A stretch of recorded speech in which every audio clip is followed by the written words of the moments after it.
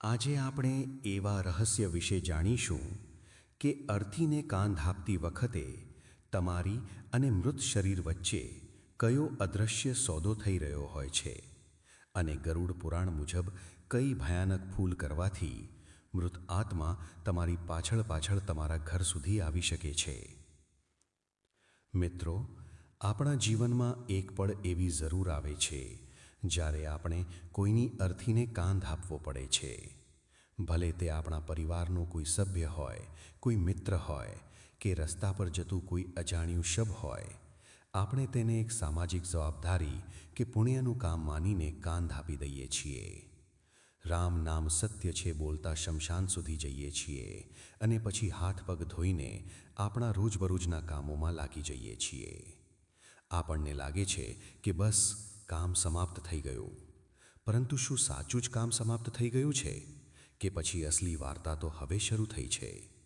શું તમે ક્યારે વિચાર્યું છે કે તે બેજાન શરીરને કાન ધાપતી વખતે તમારી સાથે અસલમાં શું ઘટી રહ્યું હતું? તે વખતે તમારી અને તે મૃત શરીર વચ્ચે કયો અદૃશ્ય સોદો થઈ રહ્યો હતો? ગરુડ પુરાણ કહે છે કે અર્થીને કાન ધાપવો કોઈ સાધારણ કામ નથી. આ આગ સાથે રમવા જેવું છે. જ્યારે તમે કોઈ શબને તમારા ખભા પર ઉપાડો છો તો તમે ફક્ત એક ભારે લાકડા અને માંસના ઢગલાને નથી ઉપાડી રહ્યા હોતા. તમે તે માણસના આખા જીવનના કર્મોને, તેના પાપોને અને તેની અતૃપ્ત ઈચ્છાઓના ભારને તમારા ખભા પર ઉપાડી રહ્યા હો છો. શાસ્ત્રો કહે છે કે શબની અંદર એક સૂતેલી ઊર્જા હોય છે જેને મૃત ઊર્જા કહે છે. જ્યારે તમારું જીવિત શરીર તે મૃત શરીરના સંપર્કમાં આવે છે તો એક અદૃશ્ય આદાન પ્રદાન શરૂ થાય છે. અને જો તે વખતે તમારાથી એક નાની એવી પણ ભૂલ થઈ ગઈ કે તમે નિયમોનું પાલન ના કર્યું, તો તે ઊર્જા તમારા ખભાથી થતી તમારા શરીર, તમારા ઘર અને તમારા ભાગ્યમાં ઘૂસી શકે છે. આજના આ વિડીયોમાં આપણે ગરુડ પુરાણના તે અધ્યાયને ખોલીશું જેને ખૂબ ઓછા લોકો જાણે છે. આજે તમને ખબર પડશે કે અર્થીને કાંધ આપવાવાળાને અશ્વમેધ યજ્ઞનું ફળ કેમ મળે છે અને સાથે જ એ પણ જાણીશું કે તે કઈ ભયાનક ભૂલ છે જેને કરવા પર અર્થીમાં સૂતેલી આત્મા કાંધ આપવાવાળાની પાછળ પાછળ તેના ઘર સુધી આવી જાય છે. આ વિડીયો તમને ડરાવવા માટે નથી, પરંતુ તમને તે અદૃશ્ય ખતરાથી બચાવવા માટે છે જેને તમે જોઈ નથી શકતા. તો ચાલો મૃત્યુની આ રહસ્યમયી સફર પર ચાલીએ અને જાણીએ કે આખરે તે અંતિમ યાત્રા દરમિયાન અદૃશ્ય દુનિયામાં શું ખેલ ચાલી રહ્યો હોય છે. સૌથી પહેલાં આપણે એ સમજવું પડશે કે અર્થીને કાંધ આપવાની પ્રક્રિયાને શાસ્ત્રોમાં આટલું મહત્ત્વ કેમ આપવામાં આવ્યું છે.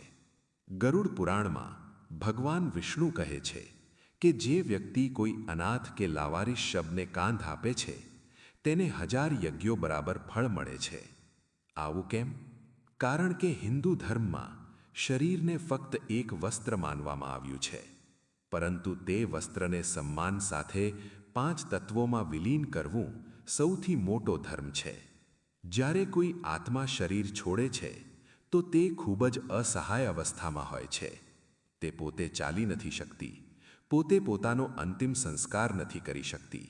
એવામાં જે વ્યક્તિ તેને પોતાના ખભાનો સહારો આપીને તેની અંતિમ મંઝિલ સુધી પહોંચાડે છે તે આત્મા માટે સાક્ષાત ભગવાનનું રૂપ હોય છે. તે વખતે તે આત્મા તે વ્યક્તિને દિલથી આશીર્વાદ આપે છે અને કહે છે કે મરતા માણસની બદ્દુઆ અને મુક્ત થતી આત્માના આશીર્વાદ બંને ક્યારેય ખાલી નથી જતા. આ આશીર્વાદ એટલો શક્તિશાળી હોય છે કે તે તમારા ઘણા જ જન્મોના પાપોને બાળીને રાખ કરી શકે છે. પરંતુ આની પાછળ એક ખૂબ મોટું જોખમ પણ છુપાયેલું છે. વિજ્ઞાન કહે છે કે ઊર્જા હંમેશા ઉચ્ચ સ્તરથી નિમ્ન સ્તર તરફ વહે છે. એક જીવિત વ્યક્તિ પાસે પ્રાણ ઊર્જા હોય છે, જ્યારે એક શબ પાસે મૃત્યુની નકારાત્મક ઊર્જા હોય છે. જ્યારે તમે કાન ધાપો છો તો તમારું આભામંડળ એટલે કે તમારો ઓરા તે શબના ઓરા સાથે ઘસાય છે. જો મરવાવાળો વ્યક્તિ ખૂબ પાપી હતો કે તેનું અકાળ મૃત્યુ થયું હતું કે તે ખૂબ વધારે ગુસ્સે અને અસંતોષમાં મર્યો હતો તો તેની તે નકારાત્મક તરંગો તમારા શરીરમાં પ્રવેશ કરવાનો પ્રયત્ન કરે છે. આ એક પ્રકારનું આધ્યાત્મિક સંક્રમણ હોય છે. તમે અવારનવાર જોયું હશે કે શમશાનથી આવ્યા પછી ઘણા લોકોને અચાનક તેજ તાવ આવી જાય છે કે તે ખૂબ વધારે થાકનો અનુભવ કરે છે. તેમનું શરીર તૂટવા લાગે છે અને મનમાં અજીબસી વ્યગ્રતા થવા લાગે છે. આ કોઈ સાધારણ થાક નથી હોતો. આ તે નકારાત્મક ઊર્જાનો પ્રભાવ હોય છે જેણે તમારી પ્રાણશક્તિને ચૂસી લીધી છે. શાસ્ત્રોમાં કાન થાપવાના ખૂબ કડક નિયમો જણાવવામાં આવ્યા છે, જેનું પાલન કરવું અનિવાર્ય છે. પહેલો નિયમ એ છે કે કાંધ હંમેશા વિષમ સંખ્યામાં કદમ ચાલીને બદલવો જોઈએ. એટલે કે તમે 10 કદમ ચાલો કે 20 નહીં, પરંતુ વિષમ સંખ્યામાં કદમ ચાલીને બીજાને તક આપો. અને સૌથી મહત્વપૂર્ણ વાત, જ્યારે તમે કાંધ આપી રહ્યા હોવ તો મનમાં કોઈ પણ દુનિયાવી વિચાર ન હોવો જોઈએ. જો કાંધ આપતી વખતે તમે તમારા વ્યાપાર વિશે વિચારી રહ્યા છો કે કોઈની સાથે ફોન પર વાત કરી રહ્યા છો કે હસી મજાક કરી રહ્યા છો તો તમે ખૂબ મોટી મુસીબતને આમંત્રણ આપી રહ્યા છો. કારણ કે તે વખતે તે આત્મા બધું જોઈ રહ્યો હોય છે, બધું સાંભળી રહ્યો હોય છે. તેને લાગે છે કે આ વ્યક્તિ મારા દુઃખમાં સામેલ નથી, પરંતુ આ મારું અપમાન કરી રહ્યો છે. એવામાં તેના આશીર્વાદ શ્રાપમાં બદલાઈ શકે છે.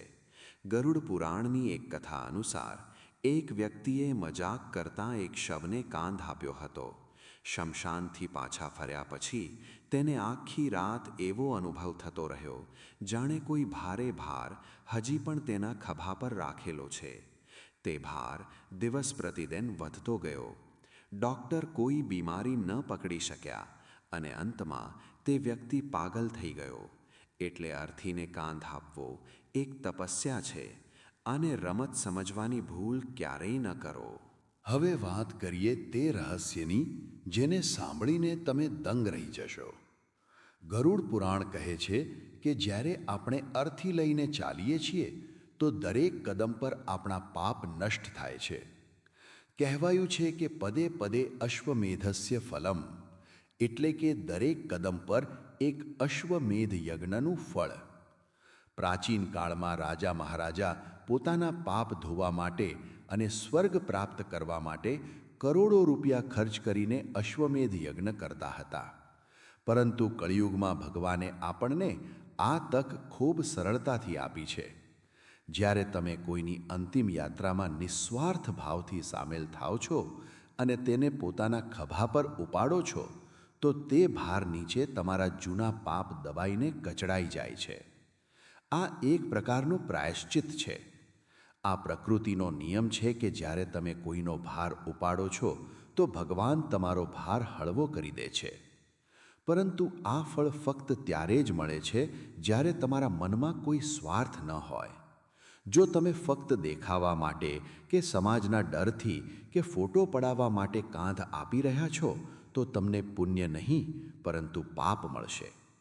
ગરુડ પુરાણ અનુસાર કાંધ આપતી વખતે વ્યક્તિએ મૌન રહેવું જોઈએ, કાં તો ફક્ત ભગવાનનું નામ લેવું જોઈએ. રામ નામ સત્ય છે બોલવું સૌથી ઉત્તમ છે. આ મંત્ર ફક્ત બીજાને સંભળાવવા માટે નથી. આ તે આત્માને અને પોતે પોતાની જાતને એ યાદ અપાવવા માટે છે કે આ શરીર જૂઠ હતું અને તે પરમાત્મા જ સત્ય છે. આ ધ્વનિ તે નકારાત્મક ઊર્જાની વિરુદ્ધ એક કવચનું કામ કરે છે. જે લોકો અર્થીની સાથે ચાલતા બીડી સિગરેટ પીવે છે કે પાન ચાવે છે તે મહાપાપના ભાગીદાર બને છે. આવા લોકો સાથે યમરાજ ખૂબ કઠોર વ્યવહાર કરે છે. શમશાન યાત્રા એક પવિત્ર યાત્રા છે. આ કોઈ પિકનિક નથી. આ દરમિયાન કરવામાં આવેલું કોઈ પણ અધર્મ સીધો તમારા ભાગ્ય પર ચોટ કરે છે. એક બીજું ખૂબ મોટું રહસ્ય છે દિશાનું. શું તમે ક્યારેય ધ્યાન આપ્યું છે કે અર્થીને લઈ જતી વખતે શબનું માથું કઈ તરફ હોય છે? સામાન્ય રીતે શબનું માથું આગળની તરફ રાખવામાં આવે છે, પરંતુ શમશાનના દ્વાર પર પહોંચીને તેને ઘુમાવી દેવામાં આવે છે અને પગ આગળ કરી દેવામાં આવે છે. આવું કેમ? આની પાછળ પણ એક ઊંડું આધ્યાત્મિક વિજ્ઞાન છે. જ્યાં સુધી શરીર ઘરથી શમશાન સુધી જઈ રહ્યું છે, તેને એ ભ્રમ રહે છે કે કદાચ હું પાછો ફરી શકું. તેનો મોહ ઘર તરફ રહે છે. તે પોતાના ઘરને, પોતાની ગલીઓને આખરી વાર જોઈ રહ્યો હોય છે. પરંતુ જ્યારે તેને શમશાનની અંદર લઈ જવામાં આવે છે, તો તેના પગ આગળ કરી દેવામાં આવે છે, જેનો અર્થ છે કે હવે તારી આ યાત્રા સમાપ્ત થઈ. હવે તું આગળ વધ, પાછળ ફરીને ન જો. જે વ્યક્તિ તે સમયે કાંધ આપી રહ્યો હોય છે, તે આત્માને આ સંદેશ આપી રહ્યો હોય છે કે હે જીવાત્મા, તારો આ લોકથી નાતો તૂટી ચૂક્યો છે. હવે તું પરલોક તરફ પ્રસ્થાન કર. આ એક પ્રકારનું માર્ગદર્શન છે. જો આ દિશા પરિવર્તન ન કરવામાં આવે તો આત્મા શમશાનમાં પ્રવેશ કરતાં ડરે છે અને તે કાંધ આપવાવાળાઓની સાથે જ પાછો ફરવાનો પ્રયત્ન કરે છે.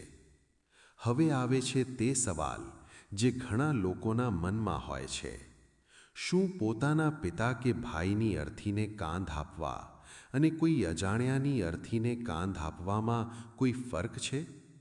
ગરુડ પુરાણ અનુસાર પિતાને કાંધ આપવો ઋણ ચૂકવવા સમાન છે અને અજાણ્યાને કાંધ આપવો પુણ્ય કમાવવા સમાન છે. પિતાએ તમને બાળપણમાં પોતાના ખભા પર બેસાડ્યા હતા, તમને દુનિયા બતાવી હતી. જ્યારે તમે તેમને અંતિમ વાર પોતાના ખભા પર ઉપાડો છો, તો તે જીવનનું ચક્ર પૂર્ણ થાય છે. તે વખતે જે ભાવના તમારા મનમાં આવે છે, તે તમને મોક્ષની નજીક લઈ જાય છે. આ પિતૃ ઋણથી મુક્ત થવાનો અંતિમ અવસર હોય છે. પરંતુ જ્યારે તમે કોઈ અજાણ્યા, કોઈ લાવારિસને કાંધ આપો છો, તો ત્યાં કોઈ મોહ નથી હોતો. ત્યાં ફક્ત કરુણા હોય છે.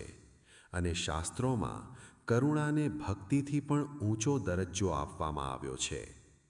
લાવારિસ શબને કાંધ આપવાવાળાના માથા પર ભગવાન શિવનો હાથ માનવામાં આવે છે, કારણ કે જેનું કોઈ નથી હોતું તેના શિવ હોય છે. આવા વ્યક્તિનું અકાળ મૃત્યુ ક્યારેય નથી થતું અને તેને જીવનમાં ક્યારેય કોઈ મોટું સંકટ નથી આવતું. પરંતુ સાવધાન! અર્થીને કાંધ આપ્યા પછી શું કરવું જોઈએ તે જાણવું સૌથી વધારે જરૂરી છે. અવારનવાર લોકો શમશાનથી આવે છે અને ઘરની બહાર હાથ પગ ધોઈને અંદર ચાલ્યા જાય છે. ગરુડ પુરાણ કહે છે કે આ પૂરતું નથી. શમશાનની માટી અને શબના સંપર્કથી જે અશુદ્ધિ તમારા શરીર પર લાગી છે, તે ફક્ત પાણીના છાંટાથી નહીં જાય. આના માટે સચૈલ સ્નાન એટલે કે પહેરેલા કપડાં સહિત નહાવું અનિવાર્ય બતાવવામાં આવ્યું છે. જ્યાં સુધી તમે સ્નાન નથી કરતા, તમે અશુદ્ધ છો. અને તે અશુદ્ધ અવસ્થામાં જો તમે કોઈ બાળકને અડી લો છો કે ઘરના મંદિરમાં ચાલ્યા જાઓ છો કે ભોજન કરી લો છો, તો તે નકારાત્મક ઊર્જા તે વસ્તુઓમાં ફેલાઈ જાય છે. બાળકનો ઓરા ખૂબ નબળો હોય છે. તે તરત તે પ્રેત ઊર્જાની ચપેટમાં આવી શકે છે.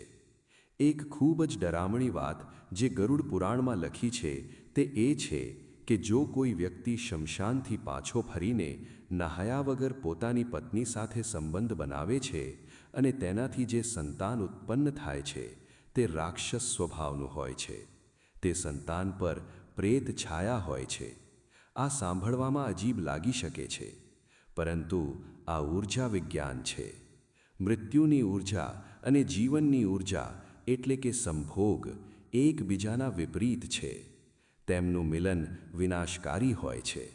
એટલે શમશાનથી પાછા ફર્યા પછી લીમડાનું પાન ચાવવું, લોખંડ અડવું અને આગના દર્શન કરવા જરૂરી બતાવવામાં આવ્યા છે. લીમડો કડવો હોય છે, જે શોકને ભૂલાવવાનું પ્રતીક છે. લોખંડ શક્તિનું પ્રતીક છે, જે નકારાત્મકતાને કાપે છે. અને આગ શુદ્ધતાનું પ્રતીક છે. આ નાની નાની રસમો આપણને તે મૃત્યુલોકની ઊર્જાથી કાપીને પાછા જીવનલોકમાં લાવે છે. શું મહિલાઓએ કાંધ આપવો જોઈએ? આજકાલ આ સવાલ ખૂબ ઉઠે છે. સમાજ બદલાઈ રહ્યો છે અને ઘણી જગ્યાઓએ દીકરીઓ પણ અર્થીને કાંધ આપી રહી છે. શું આ શાસ્ત્રોની વિરુદ્ધ છે? ગરુડ પુરાણ મૂળ રૂપથી પુરુષોને જ આ અધિકાર આપે છે, પરંતુ આનું કારણ ભેદભાવ નથી, પરંતુ સુરક્ષા છે. શમશાન ઘાટને તંત્ર ક્રિયાઓનો ગઢ માનવામાં આવે છે. ત્યાં હવામાં ઘણી પ્રકારની શક્તિઓ ઘૂમતી રહે છે. મહિલાઓનું શરીર અને મન પુરુષોની તુલનામાં વધારે સંવેદનશીલ હોય છે. તેમનો ગર્ભ, જે સર્જનનું કેન્દ્ર છે, મૃત્યુની ભારે અને વિનાશકારી ઊર્જાને જલ્દી શોષી શકે છે. આનાથી તેમના સ્વાસ્થ્ય અને આવનારી સંતાન પર ખરાબ અસર પડી શકે છે. ભટકતી આત્માઓ મહિલાઓને જલ્દી પોતાનો શિકાર બનાવે છે. એટલે જ આપણા ઋષિઓએ મહિલાઓને આ કઠોર કર્તવ્યથી દૂર રાખી હતી. પરંતુ જો કોઈનો દીકરો નથી અને દીકરી જ બધું છે, તો પ્રેમ અને કર્તવ્યની આગળ બધા નિયમો નાના પડી જાય છે. આત્મા તો ના સ્ત્રી છે, ના પુરુષ. જો દીકરી પૂરા સાહસ અને ભક્તિ સાથે કાંધ આપે છે, તો ભગવાન તેને પણ સ્વીકારે છે. બસ તેણે પોતાની સુરક્ષાનું અને વધારે ધ્યાન રાખવું જોઈએ અને ઘરે આવીને શુદ્ધિકરણના નિયમોનું કડકાઈથી પાલન કરવું જોઈએ. એક બીજી સ્થિતિ છે જેના વિશે તમને ખબર હોવી જોઈએ. જો કોઈ વ્યક્તિ આત્મહત્યા કરીને મર્યો છે કે કોઈ દુર્ઘટનામાં ખરાબ રીતે ક્ષત-વિક્ષત થઈને મર્યો છે, તો તેને કાંધ આપતી વખતે વિશેષ સાવધાની રાખવી જોઈએ. આવી આત્માઓ ખૂબ જ વધારે અતૃપ્ત અને ગુસ્સામાં હોય છે. તેઓ પોતાના મોતને સ્વીકારી નથી શકતી. તેઓ ભ્રમિત હોય છે. જ્યારે તમે તેમની અર્થી ઉપાડો છો, તો તમને અચાનક ખૂબ જ ભારેપણું અનુભવ થઈ શકે છે. ઘણીવાર લોકોએ અનુભવ કર્યો છે કે અર્થીનો ભાર અચાનક અનેક ગણો વધી ગયો, જાણે કોઈ તેના પર ઉપરથી બેસી ગયું હોય. આ તે આત્માના વિરોધનો સંકેત છે. તે જવા નથી માંગતી, તે પાછા ફરવા માંગે છે. આવા શબને કાંધ આપતી વખતે મનમાં ને મનમાં ગાયત્રી મંત્ર કે મહામૃત્યુંજય મંત્રના જાપ કરતા રહેવું જોઈએ. આ મંત્ર તમારી ચારે તરફ એક સુરક્ષા ઘેરો બનાવી દે છે, જેને કોઈ પણ ખરાબ શક્તિ ભેદી નથી શકતી. જો તમને કાંધ આપતી વખતે અજીબ સી ગંધ આવે કે ડર લાગે, તો રામ નામનો જાપ તેજ કરી દો. ક્યારેક ક્યારેક એવું પણ થાય છે કે કાંધ આપવાવાળાને પછી સપનામાં તે મૃતક દેખાઈ આવે છે. જો તે મૃતક સપનામાં ખુશ છે કે શાંત છે, તો આનો અર્થ છે કે તેને તમારી સેવા સ્વીકાર થઈ અને તેને ગતિ મળી ગઈ. આ શુભ સંકેત છે. પરંતુ જો તે સપનામાં રોઈ રહ્યો છે કે તમારી પાસે કંઈ માંગી રહ્યો છે કે તમને પોતાની તરફ ખેંચી રહ્યો છે, તો આ ચિંતાનો વિષય છે. આનો અર્થ છે કે તેનો મોહ હજી પણ તમારી સાથે જોડાયેલો છે. કદાચ કાંધ આપતી વખતે તમારા મનમાં ખૂબ જ વધારે દુઃખ હતું અને તમારા આંસુઓએ તેને બાંધી લીધો, કે કદાચ તે તમારી પાસે કોઈ મદદ ઈચ્છે છે. એવામાં તમારે તે મૃતકના નામથી અન્નદાન કરવું જોઈએ કે ગીતાના 7મા અધ્યાયનો પાઠ કરીને તેનું ફળ તેને સમર્પિત કરવું જોઈએ. આનાથી તે બંધન તૂટી જશે. મિત્રો, અર્થી ફક્ત લાકડાનું માળખું નથી. આ સંસારનું સૌથી કડવું સત્ય છે. અર્થી શબ્દનો અર્થ જ છે અર્થ, એટલે કે મતલબ. જ્યાં સુધી શરીરમાં જીવ છે, બધાનો પોતાનો પોતાનો અર્થ છે, પોતાનો પોતાનો મતલબ છે. સંબંધો, નાતા, વ્યાપાર બધું મતલબથી ચાલી રહ્યા છે. જેવો જ જીવ નીકળ્યો તે ફક્ત એક અર્થી રહી જાય છે, જેનો કોઈ અર્થ નથી. જ્યારે તમે તેને કાંધ આપો છો તો તમે પોતે પોતાની જાતને એ શિક્ષા આપી રહ્યા હોતા છો કે એક દિવસ મારે પણ આ જ રીતે 4 ખભા પર જવાનું છે. મારો ઘમંડ, મારો પૈસો, મારી દુશ્મની બધું અહીંયા જ રહી જશે. આ અહેસાસ માણસને વિનમ્ર બનાવે છે, અને જે માણસ વિનમ્ર છે તે જ ઈશ્વરની નજીક છે. શમશાન વૈરાગ્ય આને જ કહે છે. ગરુડ પુરાણમાં એ પણ જણાવવામાં આવ્યું છે કે કયા લોકોએ કાંધ ન આપવો જોઈએ. જે વ્યક્તિ ખૂબ બીમાર હોય, જેનું શરીર નબળું હોય, તેણે કાંધ ન આપવો જોઈએ, કારણ કે તે નકારાત્મક ઊર્જાનો સામનો નહીં કરી શકે. જેના ઘરમાં સૂતક એટલે કે નવજાત શિશુનો જન્મ થયો હોય, તેણે શમશાન ન જવું જોઈએ. કાં તો જેણે હમણાં જ કોઈ માંગલિક કાર્ય જેમ કે લગ્ન સંપન્ન કર્યા હોય, તેણે પણ અર્થીને કાંધ આપવાથી બચવું જોઈએ, કારણ કે આ અવસ્થાઓમાં વ્યક્તિનો ઓરા કાં તો ખૂબ નબળો હોય છે, કાં તો ખૂબ સંવેદનશીલ. એવામાં મૃત્યુની ઊર્જા તેને નુકસાન પહોંચાડી શકે છે. આ સ્વાર્થ નથી, પરંતુ પોતાની ઊર્જાની રક્ષા કરવી છે. હવે હું તમને એક એવું રહસ્ય જણાવવા જઈ રહ્યો છું જે ખૂબ ઓછા લોકો જાણે છે. જ્યારે શબને શમશાન લઈ જવામાં આવે છે તો રસ્તામાં ખીલને સિક્કા કેમ ફેંકવામાં આવે છે? લોકો વિચારે છે કે આ દાન છે. ના, આ દાન નથી. ગરુડ પુરાણ અનુસાર આ તે ખરાબ આત્માઓ, ભૂતો અને પિશાચો માટે લાંચ છે, જે રસ્તામાં શબને પરેશાન કરી શકે છે કે કાંધ આપવાવાળાઓ પર હુમલો કરી શકે છે.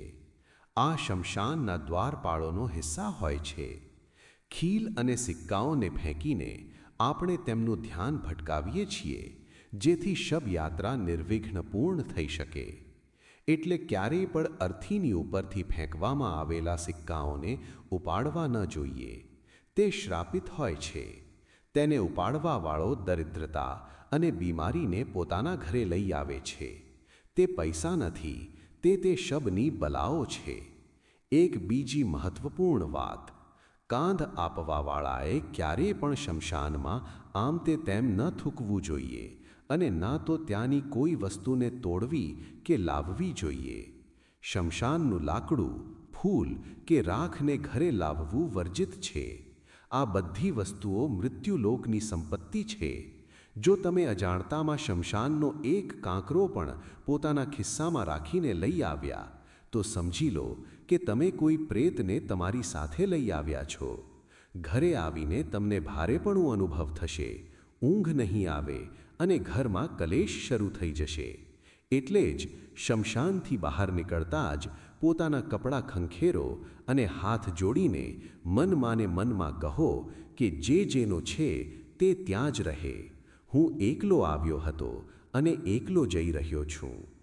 અંતમાં કાંધ આપવાવાળા સાથે શું થાય છે તે પૂરી રીતે તેની ભાવના પર નિર્ભર કરે છે. જો તમે ડર અને મજબૂરીમાં કાંધ આપી રહ્યા છો તો તમને ફક્ત થાક અને ડર મળશે, પરંતુ જો તમે સેવા અને વૈરાગ્યના ભાવથી કાંધ આપી રહ્યા છો તો તમને તે શાંતિ મળશે જે મોટા મોટા યોગીઓને પણ દુર્લભ છે. 10 થી 15 મિનિટની સફર તમારી આખી જિંદગીનો દૃષ્ટિકોણ બદલી શકે છે. તે સમયે તમે જીવન અને મૃત્યુ વચ્ચેની કડી હો છો. તમે એક આત્માને તેના પરમાત્મા સાથે મેળવવાનું માધ્યમ બનો છો. તો આવતી વખતે જ્યારે તમને કોઈને કાંધ આપવાની તક મળે તો પાછા ન હટતા. આ ડરવાની વાત નથી, આ સૌભાગ્યની વાત છે. પરંતુ હા, નિયમોનું પાલન જરૂર કરજો, મૌન રહેજો, પ્રભુનું નામ લેજો અને પાછા ફર્યા પછી સ્નાન કરીને પોતાને શુદ્ધ કરજો. કારણ કે આપણે જીવિત લોકો છીએ અને આપણે હજી આ દુનિયામાં આપણી જવાબદારીઓ નિભાવવાની છે. મૃત્યુનું સન્માન કરવાનું છે, પરંતુ મૃત્યુને ઓઢવાનું નથી. ગરુડ પુરાણનું આ જ્ઞાન આપણને અંધવિશ્વાસી બનાવવા માટે નથી, પરંતુ આપણને જાગૃત બનાવવા માટે છે. આ આપણને જણાવે છે કે જીવન અને મૃત્યુ વચ્ચે એક બારીક રેખા છે અને આપણે તે રેખાનું સન્માન કરવું જોઈએ. જો તમે આજે કંઈક નવું શીખ્યા હોવ, જો તમને લાગ્યું હોય કે તમારા મનનો કોઈ ડર દૂર થયો હોય, તો આ વિડીયોને તમારા મિત્રો અને પરિવાર સાથે શેર જરૂર કરજો, કારણ કે સાચી જાણકારી જ સૌથી મોટો બચાવ છે. ઘણા લોકો અજાણતામાં ભૂલો કરે છે અને પછી જીવનભર પરેશાન રહે છે. તમારો એક શેર તેમને આ મુસીબતથી બચાવી શકે છે. અને જો તમારા મનમાં પણ કોઈ એવો સવાલ છે, કોઈ એવો ડર છે જે તમને પરેશાન કરી રહ્યો છે, તો નીચે કમેન્ટ બોક્સમાં લખો. અમે ગરુડ પુરાણના પાનાઓને પલટીને તમારા દરેક સવાલનો જવાબ શોધવાનો પ્રયત્ન કરીશું. પોતાના પિતૃઓની શાંતિ માટે અને તે બધી આત્માઓ માટે જેને તમે ક્યારેય કાંધ આપ્યો હતો, કમેન્ટમાં એકવાર ઓમ શાંતિ કે ઓમ નમો નારાયણ જરૂર લખો. તમારી આ પ્રાર્થના તેમના સુધી જરૂર પહોંચશે અને તે જ્યાં પણ હશે તમને સુખ અને સમૃદ્ધિના આશીર્વાદ આપશે. જીવન નશ્વર છે, પરંતુ કર્મો અમર છે. સારા કર્મો કરતા રહો, કારણ કે અંતમાં તો કાંધ તો બધાને બદલવાનો છે, પરંતુ કર્મો પોતે ચાલીને સાથે જશે. જોડાયેલા રહો આત્મરહસ્ય સાથે, જીવન અને મૃત્યુના બીજા પણ ઊંડા રહસ્યોને જાણવા માટે. ત્યાં સુધી તમે અને તમારો પરિવાર સુરક્ષિત રહે. ઓમ નમો નારાયણ. જય શ્રી કૃષ્ણ. જો તમને આ વિડીયો અને આ પવિત્ર કથા પસંદ આવી હોય તો કમેન્ટમાં જય શ્રીરામ લખવાનું ભૂલતા નહીં. અને આવી જ ધાર્મિક કથાઓ સાંભળવા માટે ભક્તિ પુરાણ ચેનલને અત્યારે જ સબસ્ક્રાઇબ કરો. જય શ્રી કૃષ્ણ. હર હર મહાદેવ.